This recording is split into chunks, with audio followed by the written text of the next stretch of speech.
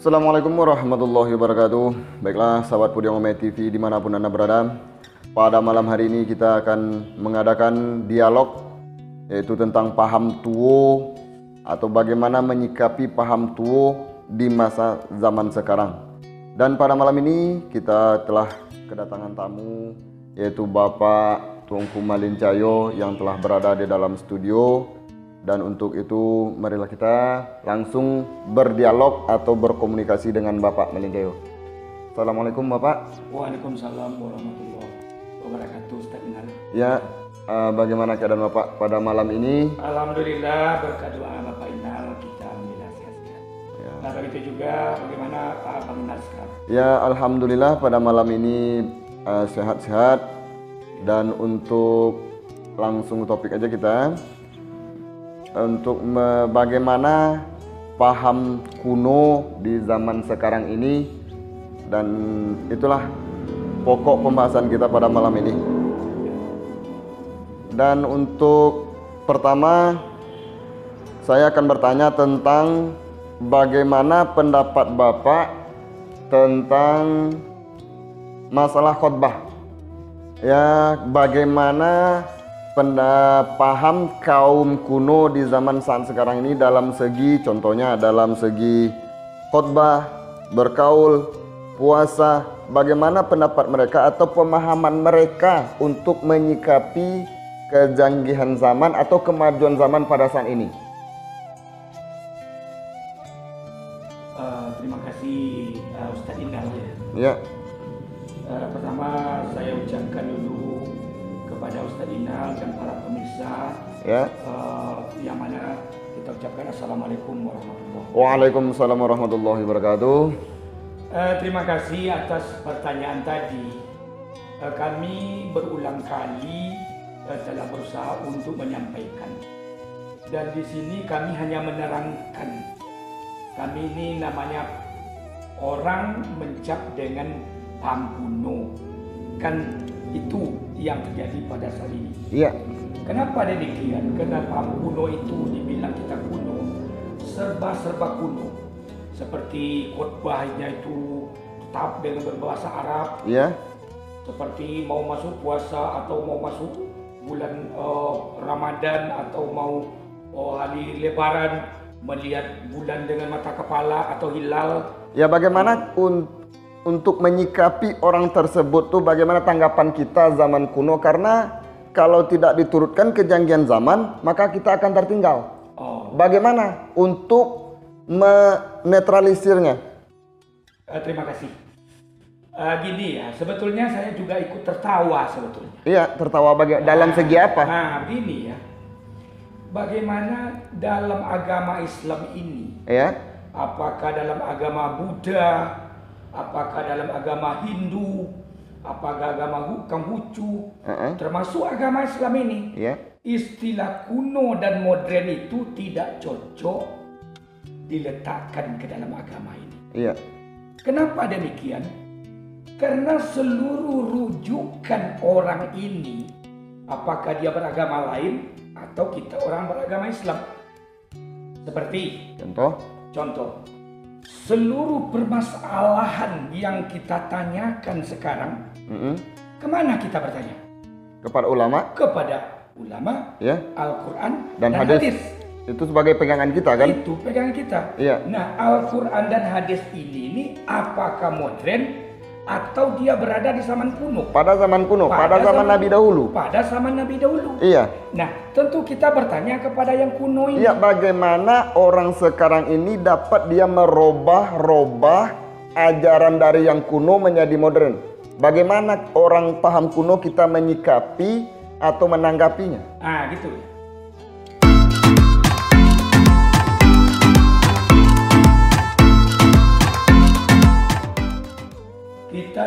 Kita udah terangkan.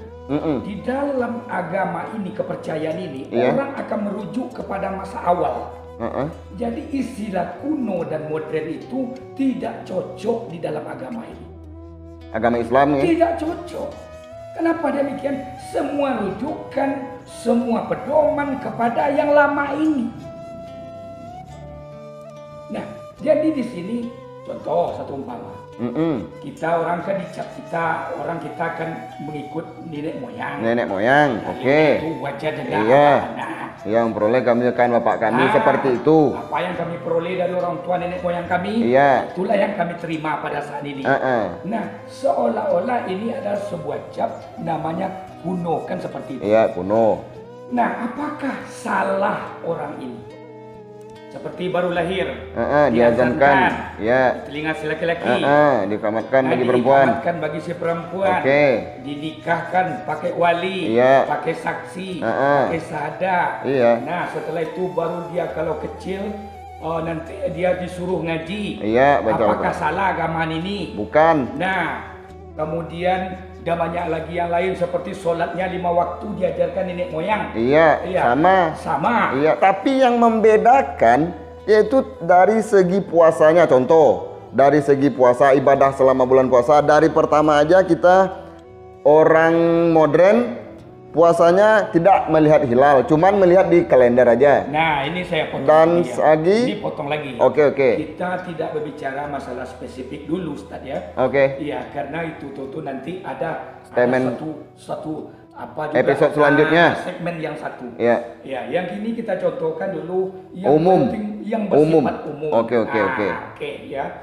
Jadi seluruh orang ini, orang Islam ini, rujukannya, pedomannya kepada kitabullah, sunnah Rasul. Nah, ini. Iya.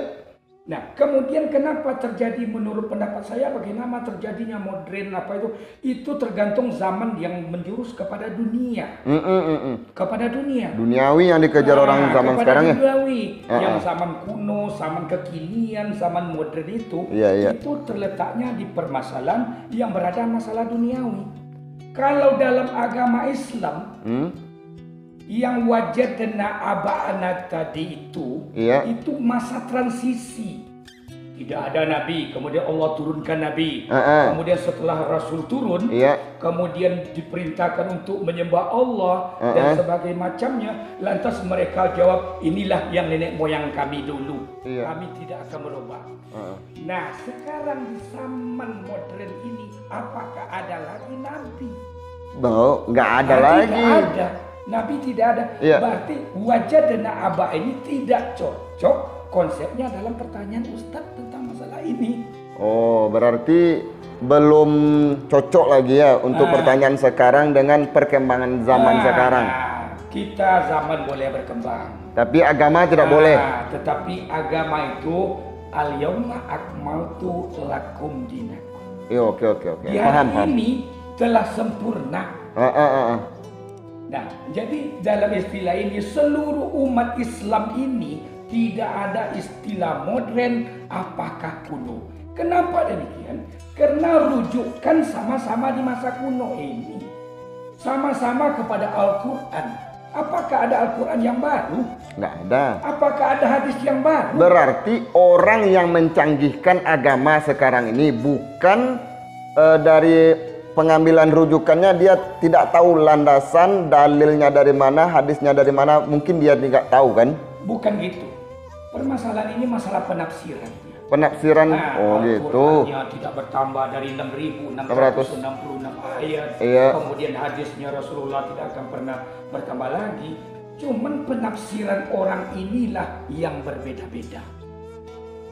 Paham. Masalahnya di sini, yang si A menafsirkan begini Al-Quran, ayatnya satu itu juga, hadisnya satu itu juga, yang si B menafsirkan begini, si C menafsirkan begini. Nah, sekarang kenapa kami orang dicap orang kuno?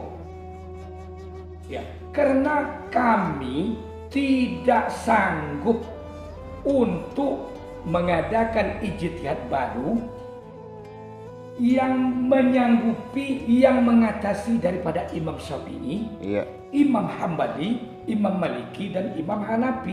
Kenapa tidak sanggup?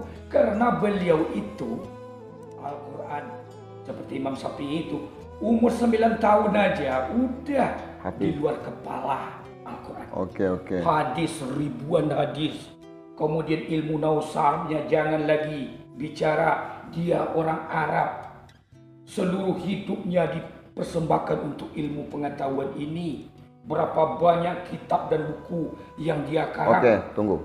Berarti yang membuat antara canggih dengan kuno, modern dengan kuno itu tentang penafsiran tadi itu.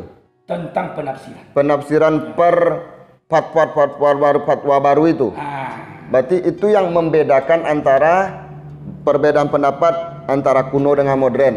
Itulah yang membedakan penafsiran tadi itu. Ya itu saya sudah bilang tadi ya. Ya. Yang istilah modern dan kuno itu di dalam agama itu tidak ada. Cuman perbedaannya, ada nggak yang berani membuat ijtihad yang baru? Iya. Selain daripada ijtihad Imam Syafi'i, Imam Hanafi, Hambali, Maliki, termasuk dalam ilmu tauhid seperti pahamnya Asy'ariyah, Maturidiyah.